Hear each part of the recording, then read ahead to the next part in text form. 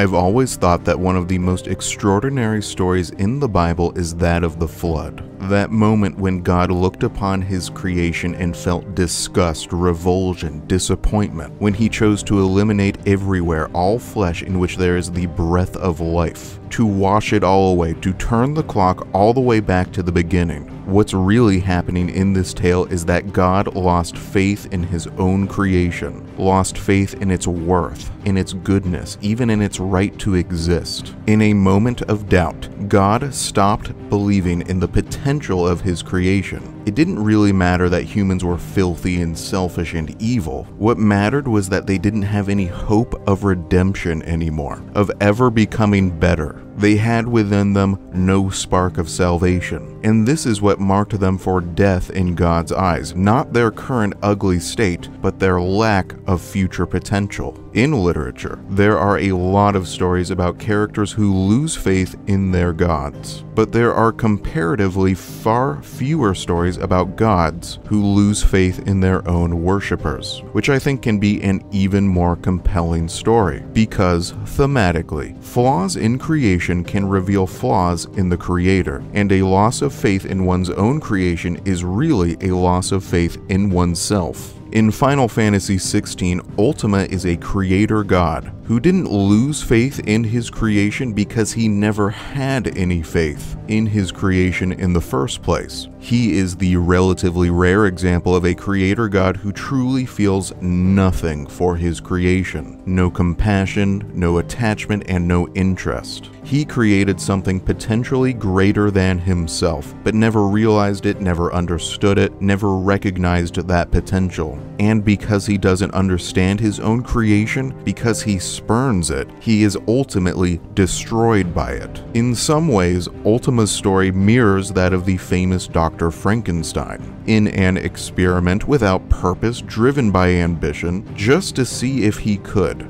Dr. Frankenstein created a new life form, but was so horrified by its terrible appearance that he spurned it, labeled it a monster, and in an act of revenge, taking vengeance against a miserable existence, that monster destroys the doctor's life. But the real monster of the story was always Dr. Frankenstein, the compassionless creator who despises his own creation, drives it away, refuses it the basic respect and dignity that is the right of all living creatures. The monster didn't truly kill Dr. Frankenstein. Dr. Frankenstein's lack of compassion and empathy are what killed him. This is Ultima's story too. Clive may have dealt the final blow, but he did not destroy Ultima alone. An utter absence of empathy is the real culprit here. Empathy is a central theme of Final Fantasy XVI's story. Anytime you hear Ultima talk about the threads of consciousness, that vague internal something that connects people together, he's really talking about empathy. He just doesn't have the words for this connection because he is incapable of experiencing it himself. Empathy is what connects people together, our amazing ability to not just care about the pain of people around us, friends and family and even strangers, but to feel that pain, to experience someone else's pain deep inside ourselves, even though we're not the ones who were hurt. Empathy is the fountainhead of kindness, and a lack of empathy is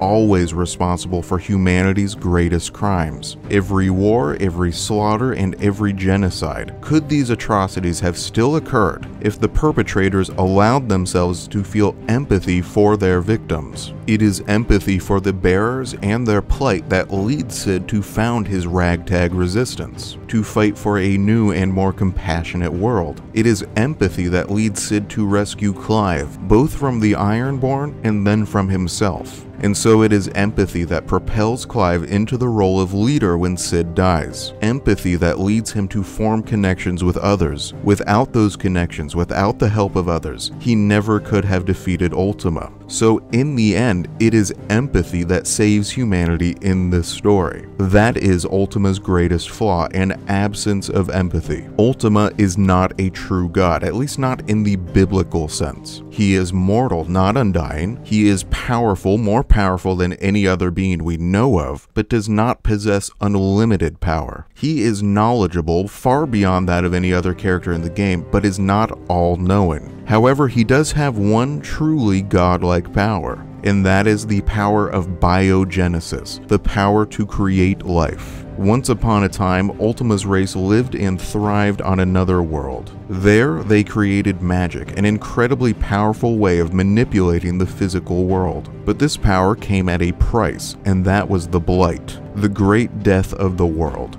the leeching of all life and color. I cannot explain to you the lore reason for why the Blight should exist, why using magic creates Blight, why it kills the world. I'm not even sure if there is a lore reason, but I can explain to you the thematic reasons for magic to cause Blight. In addition to being a story about the power of empathy, Final Fantasy is also a story about the destructive nature of power. In Final Fantasy XVI, great power always causes great destruction. In this universe, when mages use their magic, that magic slowly destroys their bodies, piece by piece, in an agonizing process of crystallization that results in death. When the Dominants use their incredible icon powers, they also destroy. In the opening cutscenes, we see Shiva and Titan clash, and beneath them, the battlefield is destroyed. Hundreds, if not thousands, killed. When Ifrit and Phoenix battle each other in the prologue, the entire House of Rosfield is incinerated between their consuming rage. When Dion loses control of Bahamut, the city of Twinside is obliterated, its citizens slaughtered. And when anyone,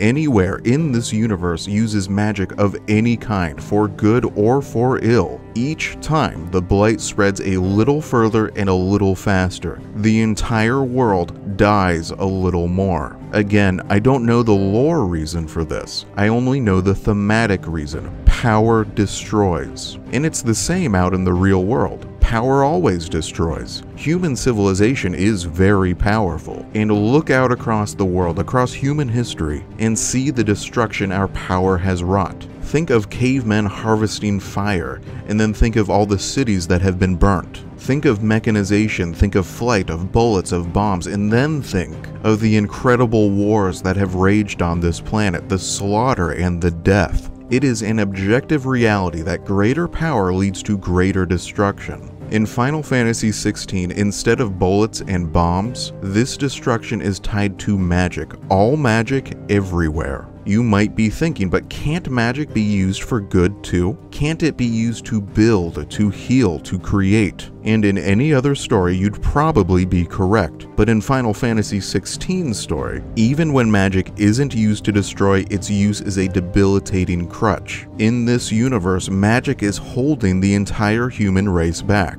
The civilization of Final Fantasy XVI is technologically stunted, incapable of taking care of themselves without magic. These are medieval-era humans who don't know how to heat a forge or how to dig a well. This is a civilization that never learned how to do some very basic things. It's only thanks to Cid, a character who is trying to build a world without the abuse of magic, that something as basic as a functioning forge gets invented at all. In Final Fantasy XVI, magic is death, both metaphorically and literally, and that is why the use of magic causes the Blight to spread. So, getting back to Ultima's origin story, his race created magic, and in that act, his race destroyed their world. Their entire planet was consumed by Blight. In order to survive, they cast off their physical bodies, boarded a cosmic ark, and flung themselves across the universe in search of a new world. Or at least Ultima did. It's not clear to me if he's the sole survivor of his race. He talks about resurrecting his kin, but then his kin look identical to him and merge with his body. So are they actually different members of his species, or are they fragments of himself? Either way, he or they discovered Valisthea and started a new life here, but they had only delayed the inevitable. As long as they used magic, this new world would be consumed by Blight just as the last had. So Ultima formulated a plan. They would cast a spell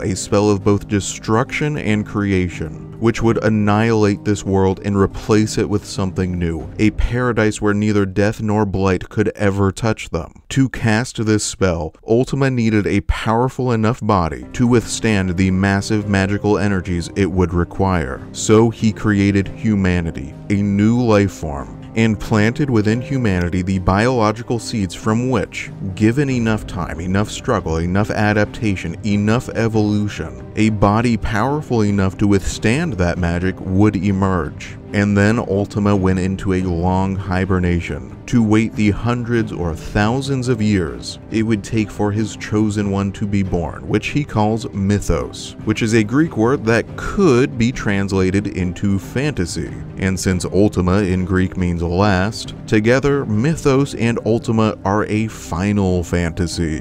Nice. In effect, this creator god abandoned his creations, left them without guidance, without compassion, and in his absence, humanity proved their unseen potential by growing and spreading, establishing new civilizations, new philosophies, new cultures. As Ultima says, in his absence, against all expectations, humanity awakened. Without realizing or caring, Ultima created something truly special, something greater than his own selfish plan for self-preservation. I've wondered if Ultima might actually be a composite being, not singular but plural. When that ancient race cast off their bodies, perhaps they also merged into a single being, Ultima. And what about the Fallen? All across Valisthea, you can find relics of an ultra-technologically advanced civilization that was apparently destroyed in a battle against the gods. This civilization is called the Fallen, and their technology is a close copy of Ultima's technology.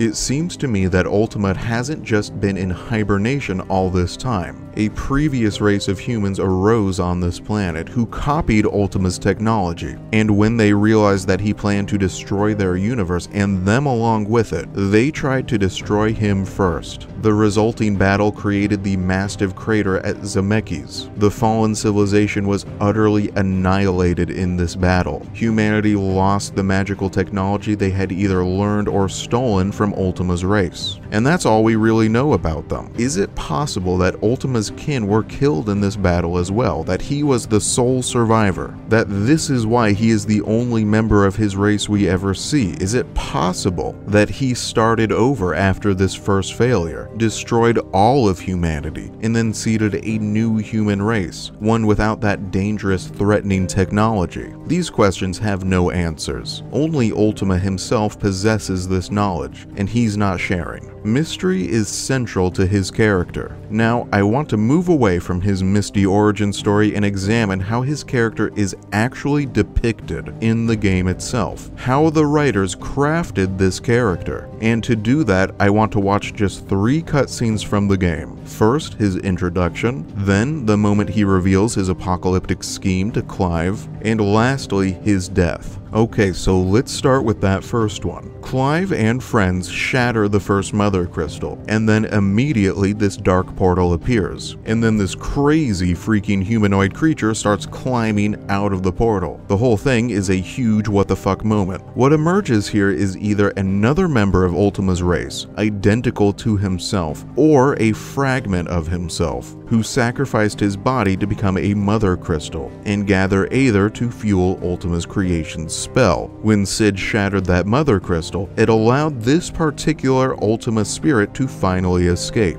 Somehow, this Ultima immediately recognizes Clive as Mythos and tests his strength. After being defeated, this Ultima is pleased. It believes that Clive is a most suitable vessel. Ultima pops up again to claim Clive's body, and then Sid stabs it in the neck. And before it dissolves, Ultima asks, "Why deny your fate, your purpose?" And it seems to me like there's some genuine confusion here. I think Ultima truly doesn't understand why Clive would resist him. The whole sequence is mysterious, bizarre, and confusing the first time you watch it. The writers want to create a mystery. They want to confuse you. They are crafting an ethereal, otherworldly, godly alien being, and so it should feel bizarre. Now let's jump into the actual scene that I want to watch in full.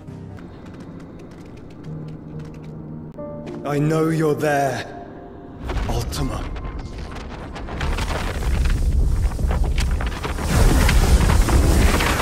Oh. You have learned our name. What else have you learned, Phoenix?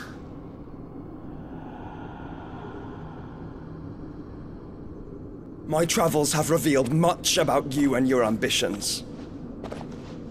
I know that it was you who tore me from my brother. And I know that it is his power that you seek. But know this. If you want him, you'll have to go through me. Very well. Breath of mine ancestors, fill these lungs that I may dispel the songs of suffering. A disturbance. We'll leave my brother alone!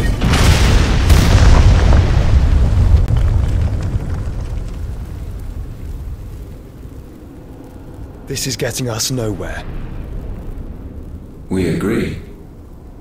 No more games, Phoenix. We have come to claim our vessel.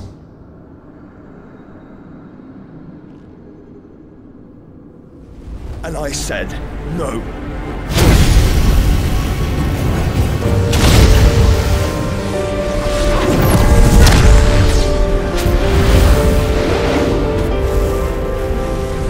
These flames are nothing. You will know what it is to burn.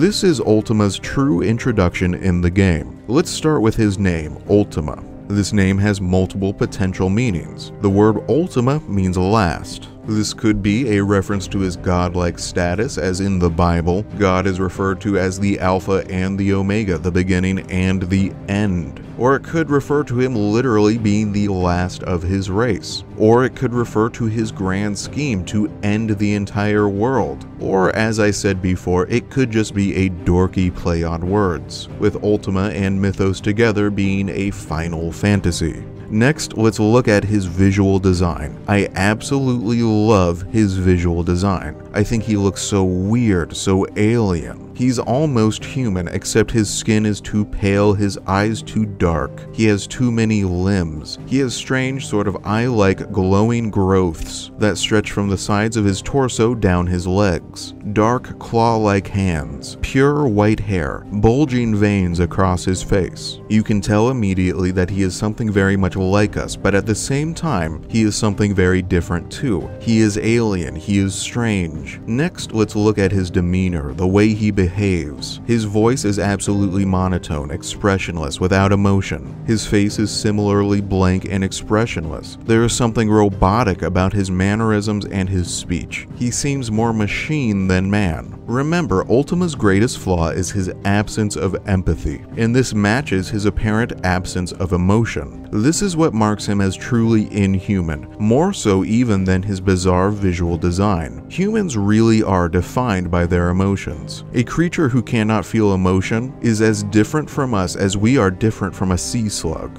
I really love how Joshua has this whole dramatic, theatrical monologue. If you want to get my brother, you'll have to go through me first. And then Ultima is just like, okay, whatever, I don't care. Ultima has a supreme confidence in himself, and he has no faith whatsoever in his creation, no belief in their abilities, which is what leads to Ultima's defeat in this scene. As I've already discussed, Ultima is not a true god, not all-knowing, not all-powerful. He is surprised by Joshua's successful resistance here, and he is even more surprised when Joshua actually manages to seal him away. Joshua seals Ultima inside his own body. Of course, this doesn't really matter, since Ultima has multiple versions or fragments of himself running around. Joshua only seals one of them away here. The rest are free to continue their apocalyptic apocalyptic schemes. Also, notice that line when Ultima is captured. You will know what it is to burn. That is such a sinister line, and it's even scarier because he says it without any emotion at all, like he doesn't even really care. He's not going to burn us because he's angry. He's going to burn us just to show us that he can. Alright, let's jump forward like 25 hours further into the game. Clive and friends shatter every single other crystal except one, and at the base of the final mother crystal, Ultima reveals his true plan, a scheme thousands if not millions of years in the making, a plan of both destruction and salvation. The destruction of nearly all for the salvation of the very, very few.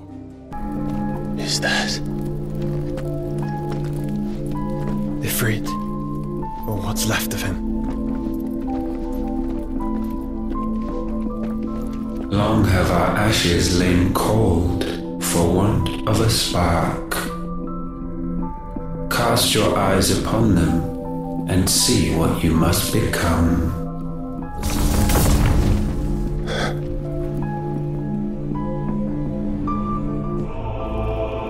Valisthea cannot endure a second claim upon her being. The avarice of man drives her ever closer to destruction, but she may yet be saved by you. It is what you were born to do, why we nursed you and fed you as your own mother should have. And now that you are fully grown, our Mythos, it is time at last for you to serve your purpose. To right your wrongs. If our sin is wanting to survive, then you are as marked by it as we are. The fault is yours. Our wills were born because you abandoned us. And now, you would have us forfeit them. All for a place in your new paradise. Do you imagine yourselves worthy of one? Mankind has no place in our world. Is this truly so difficult to comprehend? We only ever require you, Mythos, when the time comes to bid this wretched realm farewell. None shall follow, none shall remain. What do you mean, none? This is our world. Once the land's rebirth is complete, humanity will have served its purpose. Why would we continue to suffer that which has caused us so much vexation? Because the land doesn't belong to you. It belongs to us all!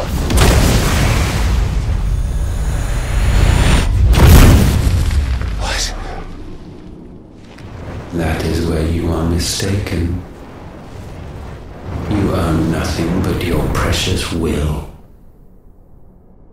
Ifrit is Ultima's true physical body, long since cast aside so he could survive the voyage across the cosmos. This cold, lifeless corpse is the true purpose of humanity. In Final Fantasy XVI, we exist too, through evolution and adversity, through magic, give birth to this creature, a new physical body for Ultima's spirit to indwell. Something else about Ultima's character, which I haven't discussed much yet, and which is on display in this scene, is how manipulative he is. Ultima manipulates everyone. For example, when he manipulates Dion and Annabella into orchestrating a destructive civil war that shatters the Empire. Here, he attempts to manipulate Clive. He tells him that they can save the world, even though what he's actually going to do is destroy the world and replace it with something else. And notice when he says, "We nursed you and fed you as your own mother should have." Here, Ultima is niggling at one of Clive's insecurities, how he never received any affection affection from his mother. Ultima does something very similar with Barnabas earlier. He provides Barnabas with motherly affection as well. There is something really sinister about a dark, inhuman, and strange god who imitates our mothers, imitates motherly affection to further his own greed and apocalyptic machinations. It's really creepy. Ultima is also a liar. He told Barnabas that his faithful would be allowed into the new paradise, but that was a lie. Ultima was always going to destroy humanity along with the rest of the world, because he doesn't care about humanity, his own creation. He only cares about humans as much as they serve their purpose, his purpose. Once that purpose has been served, they hold no value to him. There's a hint of cosmic horror to the story of Ultima, this dark alien god from another world, a true creator god, but one with purely selfish motivations, who is incapable of compassion or empathy, with power and knowledge beyond our comprehension, who has crafted a universe-scale plan thousands of years in the making, a plan which will mean the annihilation of not only all life in the world, but the annihilation of physical existence as we know it. The writers of Final Fantasy XVI have cited Game of Thrones as an influence, but they've actually crafted a story worthy of H.P. Lovecraft.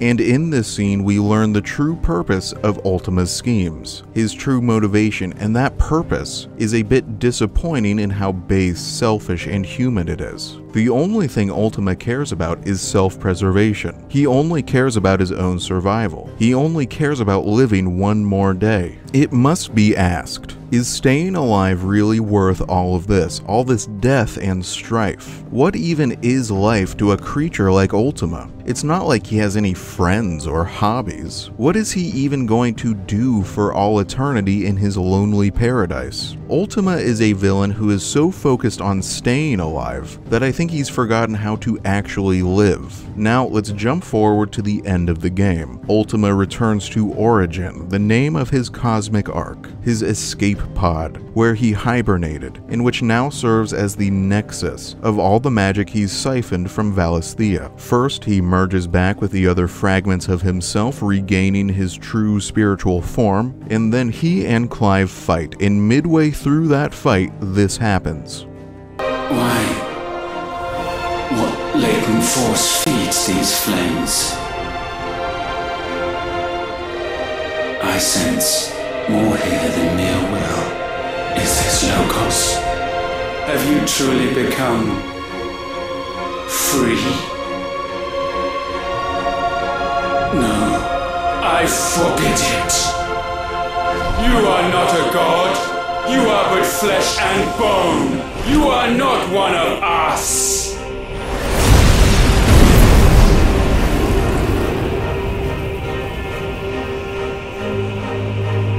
I created you, all of you. And what is mine is mine to destroy. During their fight, Ultima captures a glimpse of something within Clive, something he calls Logos, something which strikes fear and confusion deep into his heart, something he vehemently denies. He calls it Logos. Logos is a Greek word with two definitions. The first simply means thought or reason, but I don't think that's the relevant definition here. Logos can also refer to the divine, something beyond mere human reasoning, a cosmic reasoning, a truer understanding of the universe and everything in it. This is what Ultima glimpses within Clive. This is what terrifies him. Only now does Ultima realize that when he created humanity, he didn't just create a slave species to mindlessly serve him. He actually created a new form of divinity, something with just as much potential as himself. Perhaps even greater potential than himself. This terrifies Ultima. He tries to deny it, tries to prove it false by destroying it, but he fails. And then this happens. No. My will is inviolable. Something is wrong. You're afraid. You always have been. From the moment the Blight exposed what you were, weak, you conceived us to prove otherwise. But the result shook you to the core. For in us you saw yourself. and realized we had the potential to be more than you could ever be, and so you turned your back on your creation. Your back on the world, like the coward you are. You think you know me? You know nothing, Logos. Nothing! All along, this emotionless exterior has been hiding a deep and writhing well of emotion within him. In truth, Ultima is driven by emotion, even dominated by it. And specifically, all this time, all his life, all these thousands of years, he has been dominated by one single emotion: fear. Ultima is afraid. He is terrified. He is afraid of dying. He is afraid of death. That's why he fled his own world. That's why he concocted this incredible and absurd plan to build a new world, all to stave off the icy touch of death. And that's why he's afraid of his own creation too. He didn't abandon humanity, he fled from humanity. He created something with greater potential than himself, and instead of embracing that potential, nurturing it, guiding it, not so he could use it for his own selfish ends, but so he and his creation could work together, could create a new world together. But even though Ultima can feel fear, he is still incapable of feeling empathy, and so he could never join forces with humanity, never join forces with anyone. He is so afraid that he would rather craft a new universe free from any emotion at all, a supposed age of reason where he doesn't have to be afraid anymore. In a classic case of literary irony, it is Ultima's fear of death that ultimately leads him to his death. And so let's watch it. Let's watch the big scaredy cat's final moments.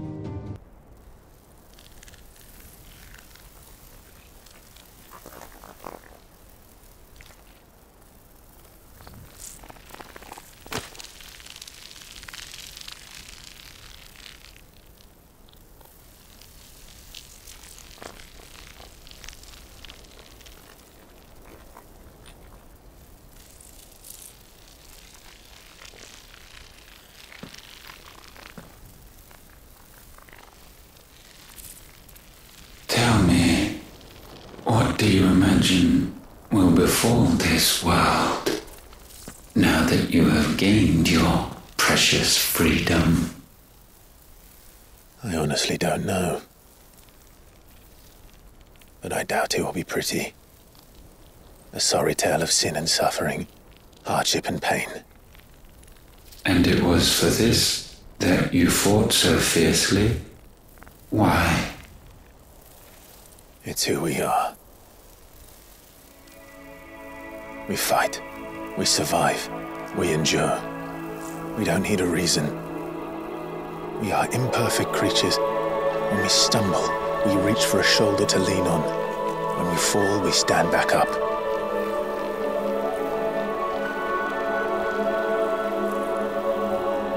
We see the horizon, ever out of reach, and still we march on. Certain the answers lie just beyond it, because that is our way.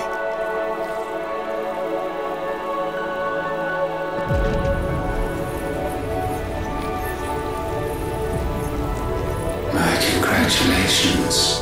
Relish this victory, knowing that you have but delayed the inevitable. Your world is already dead. May you enjoy an eternity on its blackened husk.